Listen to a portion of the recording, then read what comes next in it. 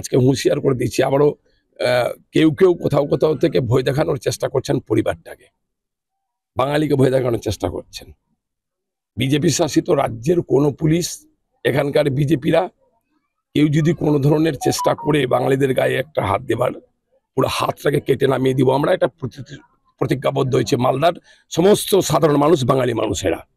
এবং আমরা চ্যালেঞ্জ করছি বিজেপির সমস্ত রাজ্যের মুখ্যমন্ত্রীদেরকে যে আপনাদের ক্ষমতা থাকলে আগামী দিনে আপনারা বাঙালিদের উপরে কোনো রকমের টর্চার, কোনো রকম নির্যাতন করে দেখান। আমাদের ক্ষমতা থাকলে আমরা রুখে দিব, আপনাকে বলছি।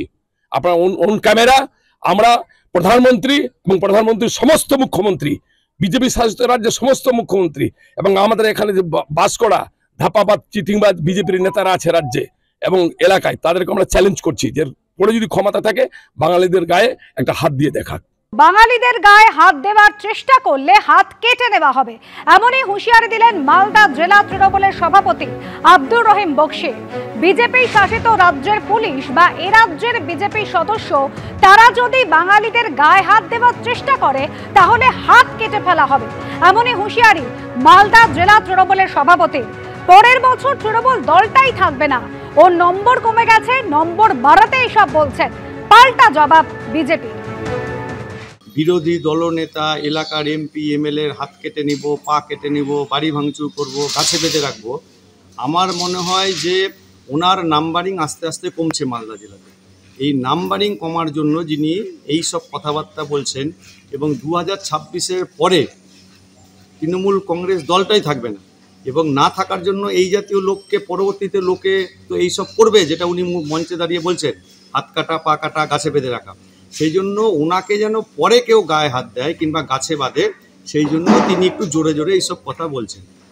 আর যেখানে যেখানে উনি গাছে টাছে বাঁধবেন, আমাদের এমএলএ এমপিদেরকে আমরা পাঠাবো, প্রয়োজনে আমিও যেতে পারি। কোথায় কোথায় বাঁধবেন আমরা যাব, অসুবিধা নাই। আগে থেকে বলে দিলে আরও সুবিধা। আমাদের সঙ্গে তো কোনো সিকিউরিটি নাই, আমরা তো তৃণমূলের মতন সরকারি দলে নাই। সেই জন্য এই জাতীয় কথা যত বন্ধ রাখে তত ওনার পক্ষে মঙ্গল, মালদার রাজনীতির পক্ষেও মঙ্গল। হুগলিতে প্রকাশ্যে তৃণমূল সাংসদ এবং বিধায়কের দ্বন্দ্ব। বিধানসভা ভোটের আগে রচনা বন্দ্যোপাধ্যায় বনাম অসিত মজুমদার। চুচুড়ার বাণীবন্দী স্কুলে সাংসদ তহবিলের টাকায় স্মার্ট ক্লাস তৈরি হচ্ছে, আর গতকালই এই স্কুল পরিদর্শনে গিয়েছিলেন হুগলির তৃণমূল সাংসদ রচনা বন্দ্যোপাধ্যায়।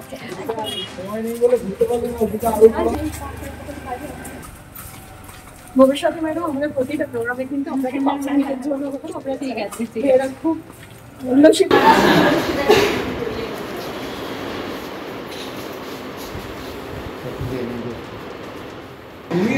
যেটা আমাদের কাছে খুব অবাক, মিটিং ডেকেছেন আমাদেরকে জানিয়েছেন আমি জিজ্ঞাসা করতে আছি একটু কাজ বন্ধ করে দিন। অতি অপভাষা, মানে যে অপভাষা মানে এক্ষুনি প্রতিষ্ঠানে অন্তত একটা গার্লস স্কুলে এটা কাম্য নয় বলেই আমি মনে করি। তো আমি মনে করি এক্ষুনি কাজটা বন্ধ করা হোক, এক্ষুনি কাজটা বন্ধ করা হোক।